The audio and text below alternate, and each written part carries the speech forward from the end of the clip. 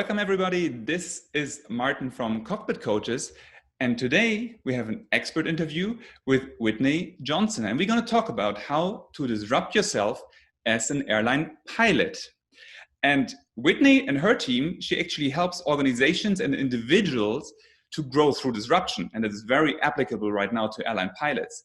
And she's doing that through her own developed tools and frameworks to really thrive and not only to survive in times of uncertainty and especially change. Where she is the CEO of WLJ Advisors, and she is one of the 50 leading business thinkers in the world as named by Thinkers 50.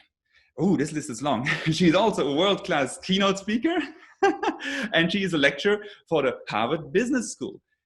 Don't read the whole introduction. I'm disrupting you, Martin. Okay, okay.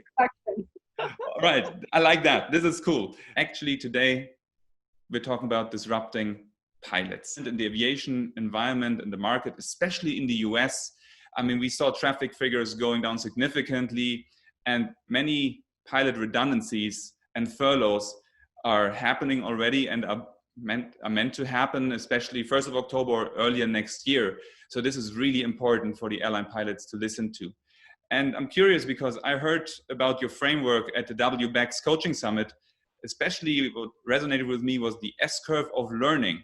Would you mind sharing a bit more what this is and how it applies to airline pilots? Yep, absolutely. All right, so the S-curve of learning is, I want you all just to picture an S, and so we're doing this visual. You don't even need to picture it. I'll draw it for you. And this was something that was developed by E.M. Rogers in 1962, actually popularized by him to help us figure out how quickly an innovation would be adopted. It's also been used to understand how quickly something like COVID-19 will spread. What I did, the big aha that I had is that this S-curve could help us understand how people learn, how we grow, and how we develop. And so what does that look like? Well, whenever you start something new, when you made the decision that you wanted to become a pilot, you were at the base of that S. Initially, growth felt like it was very slow. You thought, I thought this was a good idea, but now I feel like I have no idea what I'm doing. I don't know if I'm ever going to be able to fly solo, et cetera, et cetera. And so there were lots of times where you felt kind of discouraged, but that's how it's supposed to feel at the base of the S. Then you put in the effort, you put in the time, and you start to accelerate into the sweet spot. So that steep, sleek back of the curve where you're in hypergrowth. You've hit the knee of the curve. Now, whereas at the low end, you were taking a lot of time to figure things out. Now in a little time, a lot of things happen. In a lot of ways, it's like taking off on an airplane and you feel exhilarated. All of your neurons are firing. It's hard, but it's not too hard. It's easy, but not too easy. This is the sweet spot of that S, and this is where we want to spend as much time as possible. Then at the top of the S, what happens? Well, you've now figured stuff out. You know what you're doing. You're no longer also learning. You're not enjoying the feel-good effects of learning, so you can start to get bored. And so you've got the launch point of that S-curve. You've got the sweet spot where you're exhilarated. Now at the high end, you're no longer overwhelmed. You may be a little bit underwhelmed, experience the dilemma or the risk of, if you stay here, there's risk. If you don't stay here, there's risk. And so what you need to do is you need to disrupt yourself. You need to learn, you need to leap and repeat and start the process all over again and jump to the bottom of a brand new S-curve. And so this is really a mental model for you to think about what growth looks like. Yeah, this resonates so much with me. Thank you for sharing that, because especially in the beginning, on the lower end of the S-curve before it takes off, all of us being airline pilots, we remember to get this first airline job, to really get in there. And it's completely new to moving from little training airplanes with a single engine propeller to move like to a big jet. That was really something. And that was like when we went into the learning curve. But then later on, something interesting happens. Only one big career advancement you really have as an airline pilot is the upgrade from being a first officer to become a captain. And once that's done, then there's not much left after that. Maybe you're changing from being short haul on a narrow body aircraft to a wide body aircraft, but that's it. Then you're basically sitting there, and you have some additional things you can do, maybe become a training captain or a simulator instructor, but really, compared to the advancements you can do in a business career, in the airline world as a pilot is rather limiting, especially because our careers are locked in with seniority. The major carriers in the US, everything is based on seniority. If you're going to be furloughed or not, when you're going to get a shot actually at the upgrade process. So now in this current environment, which is more or less like an invitation with a fist to disrupt yourself, it's really an opportunity. That's where we're coming in as cockpit coaches. We say, hey, now somebody else, the external environment, took the decision for you to now disrupt yourself, to use your transferable skills, everything you learned as an airline pilot, and take it into something else. And you might find it's actually very, very fulfilling that all of a sudden you have way more opportunities to grow in, let's say, a business environment, in a leadership position from what you've learned. And it's not linked on your seniority number, but on your performance and your potential. And I really love that. That's so interesting, Martin. So I have actually a couple of questions for you. And I think questions and observations, because one of the things that happens, as you said, that launch point of that S-curve is super exciting, right? You're about to take off, and then you once take off.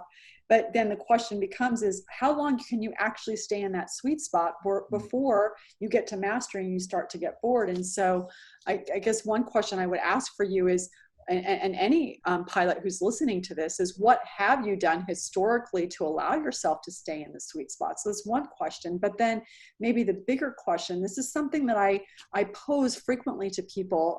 I've lost a job, and 10 to 15% of all people in the United States anyway lose a job, are fired or laid off every year. And one of the things that I have observed, and it certainly was true for me, is that sometimes when we lose a job, we're actually at the top of an S-curve, or we're on the wrong S-curve, but probably for most of the people who are listening to this, they're at the top of that S-curve.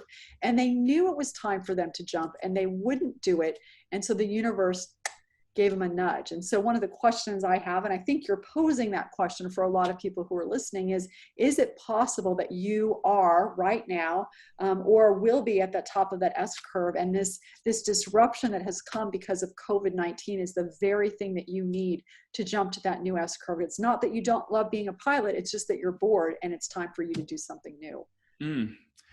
That's interesting. I mean, when many pilots hear I'm bored, I'm not bored flying airplanes. But the interesting point here is actually that it really depends, again, when it comes into with the seniority, because now, let's say, when you're looking at furloughs, there is this principle in the airlines, last in, first out. So the very senior pilots who have been there for many years already, they are basically at the top of the S-curve, they're in the highest pay grid.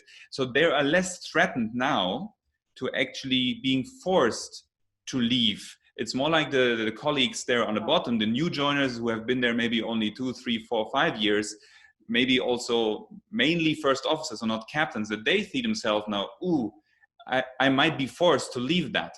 So it differs a bit how. Yeah. Okay.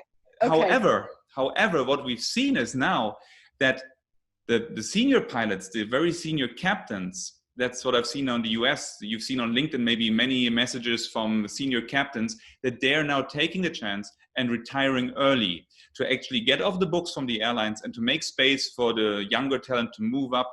So they actually realize themselves, hey, I've been on the top of this S-curve for a long time, and I actually use this opportunity now to step off it and start something new, to start on a new S-curve. Yes. So it's a combination really. Right. So you've got some people who this could be an opportunity where they jump and they choose to jump. And then you've got also the people who are maybe 2, 3, 4, 5 years into their career who are going to get pushed off the S-curve. And so what we're saying with the framework of personal disruption is that whether you get pushed or whether you jump, this idea of disrupting yourself is something that will allow you to continue to progress, to make progress rather than to stagnate. And then our framework is a 7-point framework that allows you to make progress, whether you jump or whether you've been pushed. Yeah, exactly. Because right now it might be, let's say, assuming that you are a first officer who is being forced onto a new S-curve. So it can actually be an opportunity that you can use your transferable skills now, what you have learned in a couple of years being in an airline cockpit, to actually start on a new S-curve and grow on there. And then you see when the market comes back, you actually educated yourself, you have a lot of experience, and now you have a choice actually, because now your old S-curve is coming back. Hey, you want to come back in the cockpit?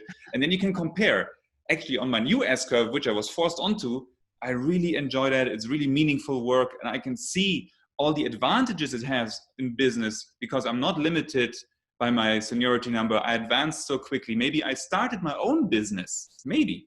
So actually, I don't want to go back. But the real thing is what we're saying here, by now going onto new S-curve, you're producing yourself another option. You're creating really resilience around your career.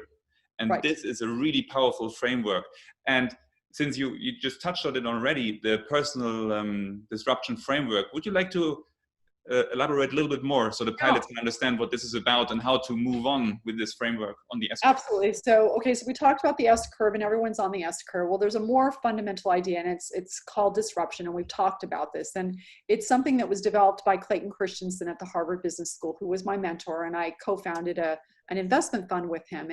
And what disruption is that it's a silly little thing that takes over the world, like the telephone did to the telegraph, the automobile did to the horse and buggy, like the airplane did to the automobile and the horse and buggy. And more recently, we've seen Netflix disrupt blockbusters, et cetera. So that's what it looks like from a product and service and company and even country standpoint. Well, the big insight that I had when I was working with Clayton is that this theory of disruption, it's not just about products. It's not just about companies. It's also about people. The difference, though, with personal disruption is that you're both Netflix and you're Blockbuster. You're the silly little thing and you take over the world because you are disrupting you. And so you're the incumbent and you're the upstart. And so what we've done in our research, we've identified or developed seven accelerants, if you will, 7 guardrails that will allow you, once you've disrupted, to move up that S-curve quickly. And I'll go through them very in brief. The first is this idea of taking the right kinds of risk. And maybe I'll talk about them and then you can comment on them through your lens as a pilot. So the first one is take the right risks. And we talk about competitive versus market risk. And what we know from the theory is that when you take on market risk, you're more likely to be successful. So it feels more risky because you're playing where no one else is playing versus competitive risk where you know there's opportunity, but there's also lots of competition. The theory says is that the odds of success are 6 times higher when you're willing to take on market versus competitive risk, when you're willing to create rather than just focus on competing for a job, with hundreds of other people. You go out and you create something new. So that's the first accelerant. Any quick thoughts from you on what that might look like for a pilot? Yeah, because you say take the right risks. Pilots are actually big at we're mitigating risks. That's our jobs. We don't like to take risks because we need to land the airplane safely. So we are experts in mitigating risks. However, in this situation, when you're moving onto a new S-curve in business, for example, or into a new career path, you better move from mitigation to taking the right risks. And as you said, the market to take on market risk, giving you so much more leverage on potential revenue and profit in this new space, is outperforming the competitive risk big time. So right now, how many unemployed pilots are on the market? Plenty. Yeah. How many jobs are there? Not so many. So it's a no-brainer, really. If you're being furloughed right now, competitive risk is not what you want. You really want to move towards market risk. That's it, especially the gains you can get from that. So that's a big one. And again, mindset. It's all about the mindset, to leave the pilot mentality behind, because nobody's going to die if you are taking a risk now in a business setting or for your career. It's a completely different thing. And we have to let go of the old. It's very appropriate for the cockpit, but now in this, it's rather limiting. So we have to let go on this one. Yeah. Yes. So and remembering, because my understanding is that most of the time, if you're a pilot, you've got a lot of training mathematically and logically. And so one of the things just to think about is that in order to kind of talk yourself into taking this risk, is that the research from Daniel Kahneman, a famous economist, says that we are more motivated by what we lose than by what we gain. And so you've got a group of people who are focused on risk mitigation. So one of the things that you can do to psych yourself into taking on market risk is to recognize is that if you try to do exactly what you're doing, you are standing still, and there is a lot to lose by standing still, a lot less to lose by doing something different. So that's how you might be able to talk yourself is think about what you're going to lose if you stay where you are versus trying to think about what you gain if you do something different. That's the risk mitigation here. Yeah, big one. I couldn't agree more, because this is, I like also the picture you've been painting about using this picture of the Petri dish. You know, we're getting so used to our own Petri dish, instead of moving out to a different Petri dish, to a new network, to a new environment, to really go and utilize our skill there and potential to create performance. Yes, I'm fully with you on that one. What's the next step on the disruption framework?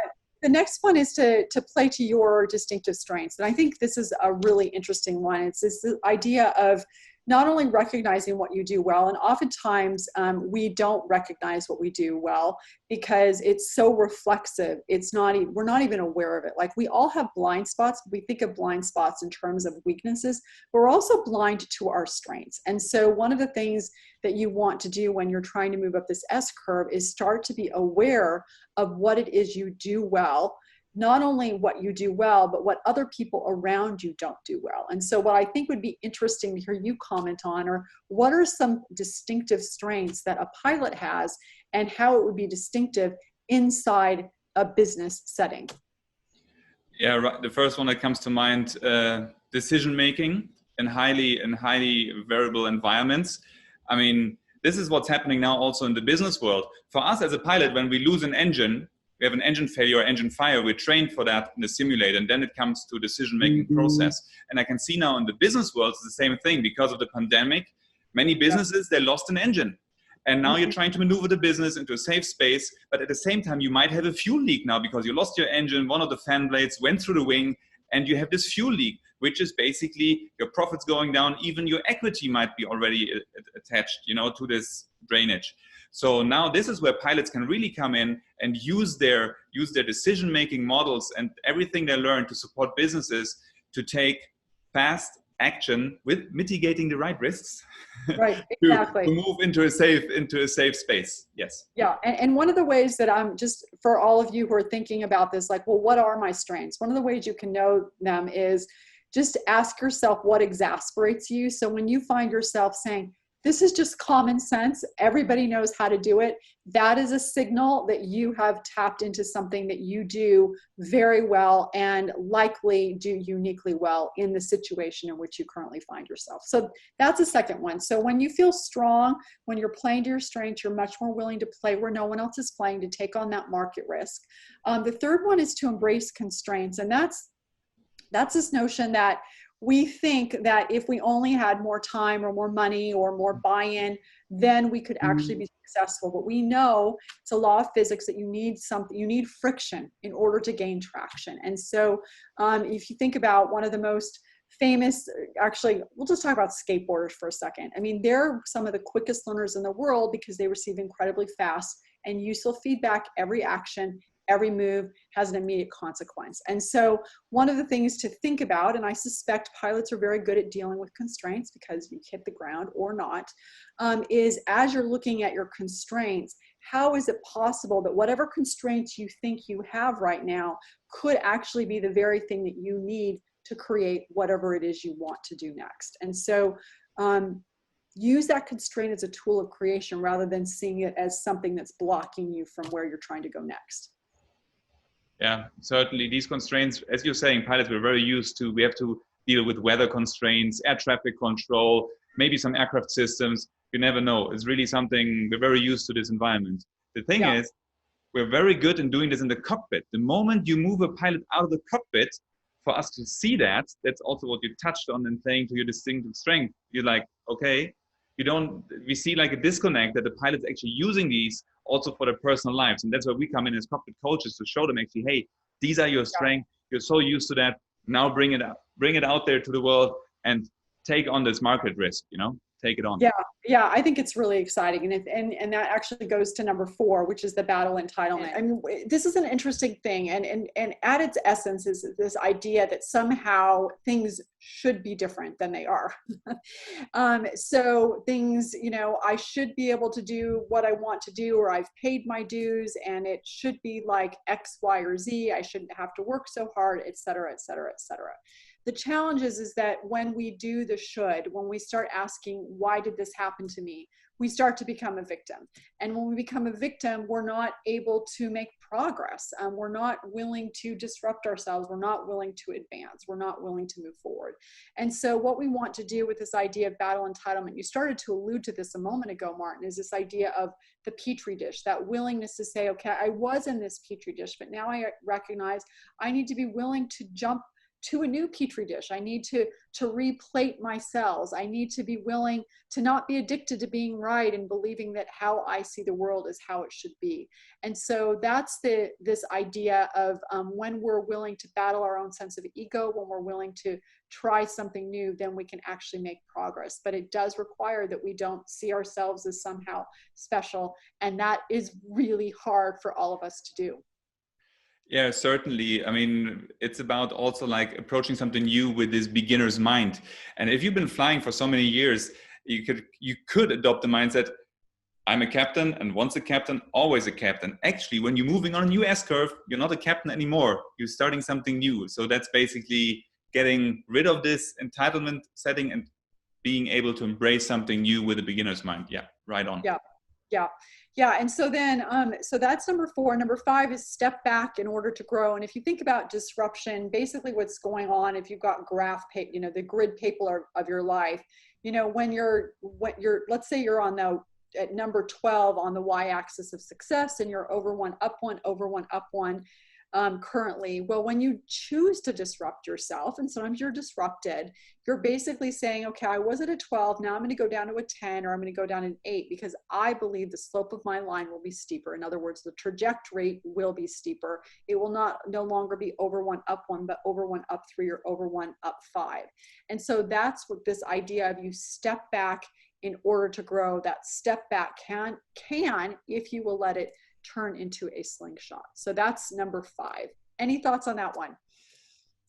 Yes, because what we see when pilots come out of the cockpit, the first impulse they might have, I have to apply, or especially if they're forced, instead of looking at another S-curve, they're going to go, I'm going to apply to 50 pilot jobs. They're staying to the same thing. Instead of step back for a moment, and we call it slowing down to speed up.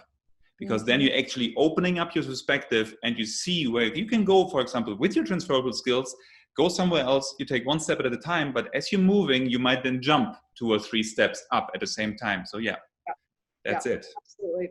Okay, and then number 6 is give failure its due. And I suspect this is the idea of that we all make mistakes all the time. And this probably, I'm going to suspect this one's going to be very hard, because you're used to, if I fail, people die.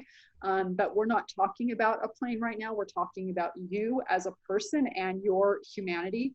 But what we find is that people tend to struggle with failure, not because we don't fail all the time, because we do. We all make mistakes all the time. It's the shame that we attach to failure.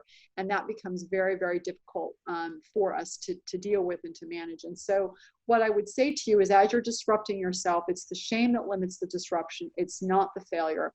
But that requires some inner work, which talk about disrupting yourself as doing some inner work and saying, okay, do I fundamentally believe that I am worthwhile as a human being, whether I am flying a plane or not, whatever I'm doing, that there's something fundamentally of value here. And when we get to that place, then it's much easier for us to make mistakes, try something new, jump to a brand new S-curve, because it's not a referendum on our identity. It's just, we're trying something new.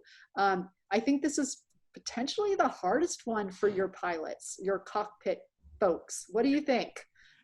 Yeah, I mean, pilots are very used to deal with failure, because that's how the whole safety culture improved over the last decades, because it has been paid by blood, the learnings. And that's how pilots actually are quite open to share, like with their colleagues, I just forgot something. So you're really open, and we have to fix it. It's more about what's right and not who's right in the cockpit setting.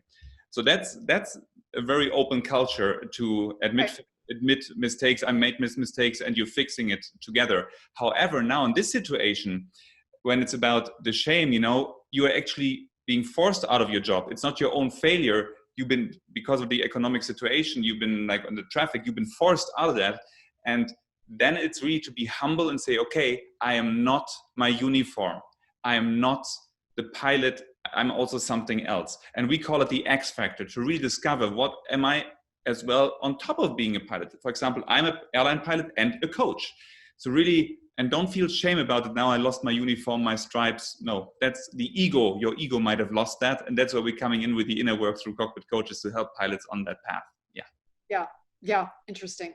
Okay. So that's number 6. And then number 7 is be driven by discovery. And this is the idea of, if you think about any explorer, you think about Captain Cook, you think about anybody who's navigated the ocean, navigated, the heavens, navigated or crossed a continent. They never are mapping things all at once. They're mapping at one port, one stop at a time. And it's that willingness to take a step forward, to gather feedback and adapt. And what's interesting about that is that whenever we are playing where no one else is playing, we're taking on market risk. That means that we're going to go somewhere that we haven't been before. It also means that we are going to end up in a place that we did not expect. So unlike, I've been on enough planes to be able to say this. Unlike when you get on a plane, you know exactly where you're going. This is very different. You don't know where you're going. You don't have a map. You're going to figure something out. And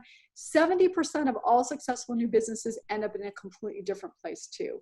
So what's interesting to me is that, studies done by Korn Ferry said that C-suite success, chief executive officer success is not dictated by technical skills. You need to have technical skills, but your ability to be successful is dealing with ambiguity, walking into the unknown, that willingness, as I said, to take a step forward, to gather feedback and adapt. So it's being very discovery driven, which allows you to play where no one else is playing, and you're willing to do it because you feel strong. So those are the 7 accelerants of personal disruption.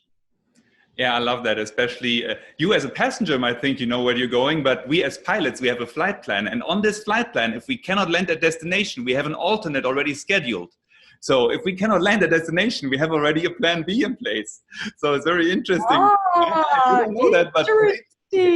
Okay, as a passenger, I think I know exactly where we're going, but what you're saying is, oh no, au contraire. That is fascinating. Secrets from the cockpit. There you go. And it's really, it is really like that. So now the invitation is for the pilots to go out there with a completely new S-curve, be open for a completely new flight plan. You might have some alternates on there as well. That's totally fine, but it's a new plan to move outside the cockpit. And I really enjoy, there's a quote from this former Navy SEAL, Jocko Willink. He says, "This is not working, great. What can we create?" And this is really the invitation for the pilots out there. Guys, what can you create? Producing a new flight plan and be ready to disrupt yourself. And I love that quote also here from Whitney saying, be ready to play when no one else is playing.